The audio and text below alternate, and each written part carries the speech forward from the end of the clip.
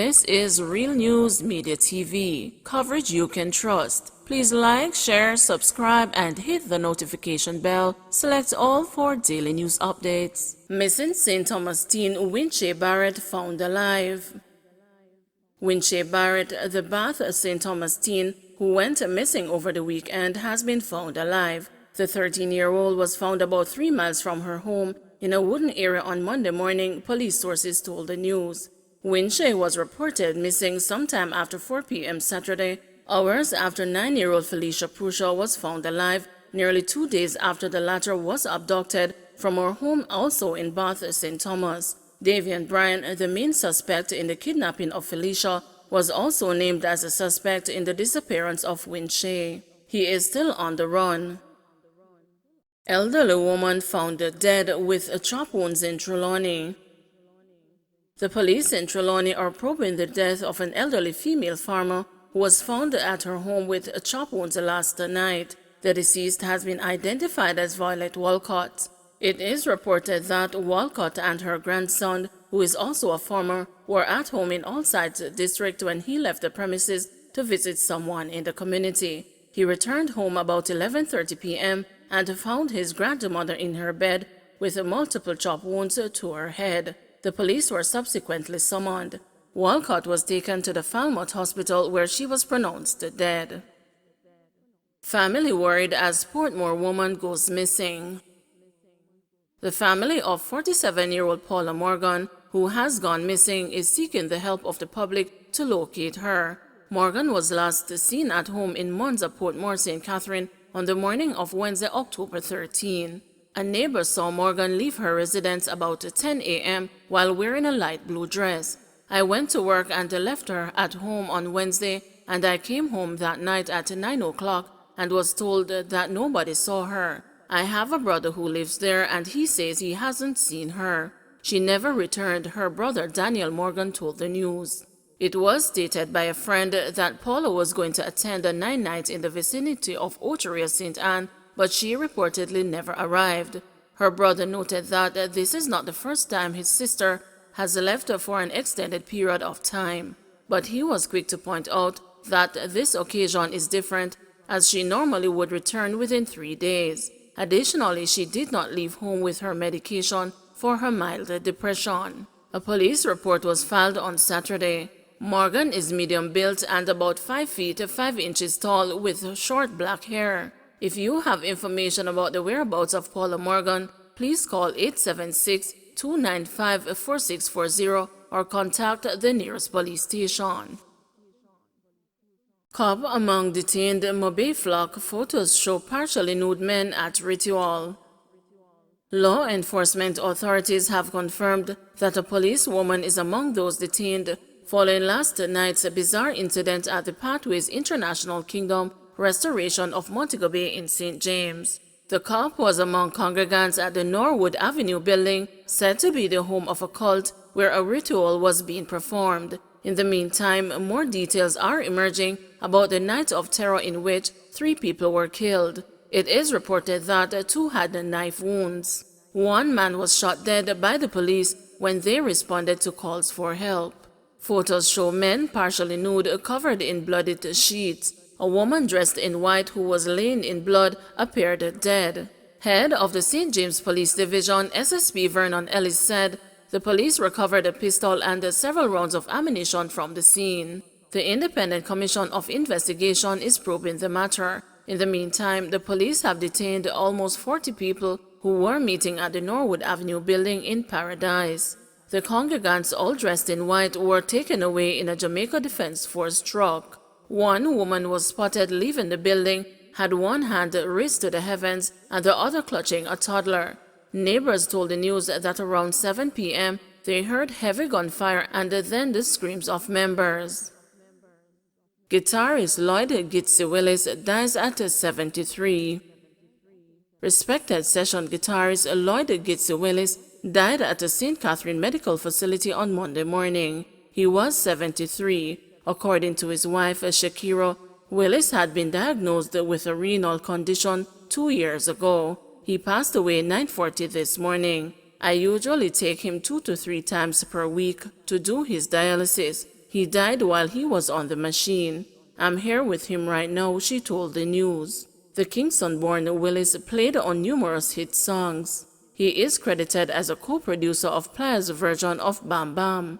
In addition to his wife Shakira, Willis is survived by his son Lloyd Jr. Chief Justice Sykes hears the appeal of complaining staff. Chief Justice Brian Sykes has said the resource and the staffing challenges which have contributed to the late production of transcript in the High Courts and the Parish Courts, much to the angst of the Court of Appeal, are being remedied. We recognize that the production of transcripts are far from ideal. In fact, it is a terrible situation to be in. So what we did is to launch a project in respect of the parish courts, and so far we have identified 121 cases in the parish courts where the transcripts are to be produced, and those are being targeted now for delivery to the Court of Appeals, Sykes told members of the media during a special briefing last week. A transcript is the official record of a trial produced by a court reporter. In parish courts which do not have stenographers, sitting judges take their own notes of evidence. The Chief Justice, who described the system of transcript production in the parish court as really antiquated, said the use of appropriate technology in those courts would have to be looked at carefully. It is one in which the judge writes in longhand, and because the judge is trying to go as quickly as possible, the handwriting may not be most legible. Then in the event that someone wishes to appeal at the end of the matter, that note made by the judge has to be ready by the typist, who then produces a draft, and then that draft is sent to the judge. By that time, the judge could have transferred it to another parish, and the process goes back and forth until the transcript is produced, Sykes explained. So this is pointing to the need to have audio recordings in those courts in particular, and across the judiciary, generally where proceedings are at least recorded, so we have transcriptionists that can then now turn the audio into text. Those are things that we are looking at, he said, adding that a committee has been established to assess all the areas. In respect of transcripts coming from the Supreme Court, the Chief Justice said the methodologies there also need to be retired. We are in the process of changing the methodologies, and also there is a question of old equipment. The court reporters have the stenography machines that they use that are not just old but obsolete. Apparently nobody repairs those things anymore, and no parts can be bought for them, so they are really fit for the museum. But what is needed now is new stenograph machines, he said. In July this year, the issue of late transcripts once again took center stage after the Court of Appeal in freeing two men who were convicted for crimes ruled that their constitutional rights had been breached because of the delay in the production of the transcripts related to their case. Meanwhile, Justice Sykes, in highlighting the need for computers, which has been a particular grouse among court reporters, said several machines received a few years ago were no longer fit for the task. We are grateful, but time has shown that the computers were not as robust as we would like, and that they have been malfunctioning, and so the court reporters have been laboring under this disability, which we intended to remedy, he said, noting that new computers have been received recently, which are being labeled and numbered for distribution. He, however, said the full complement of computers needed had not been received. Addressing court staff complaints that they were overworked, the Chief Justice said the administrative maladies which contributed to this situation had also been worked out. What was happening before is that the same members of the registry who went to court on their return from court or chambers would also be the persons doing the registry work in terms of arranging the documents and placing them on files.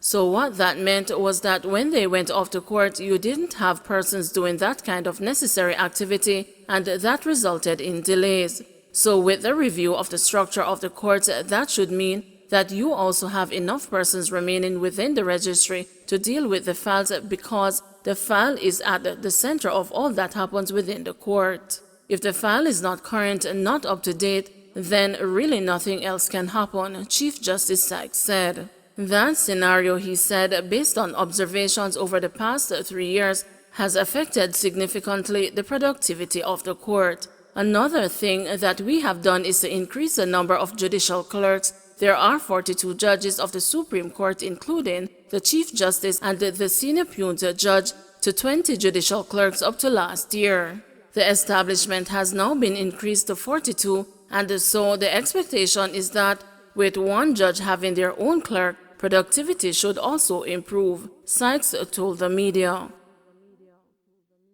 Don't forget to like, share, subscribe, and hit the notification bell. Select all for daily news updates.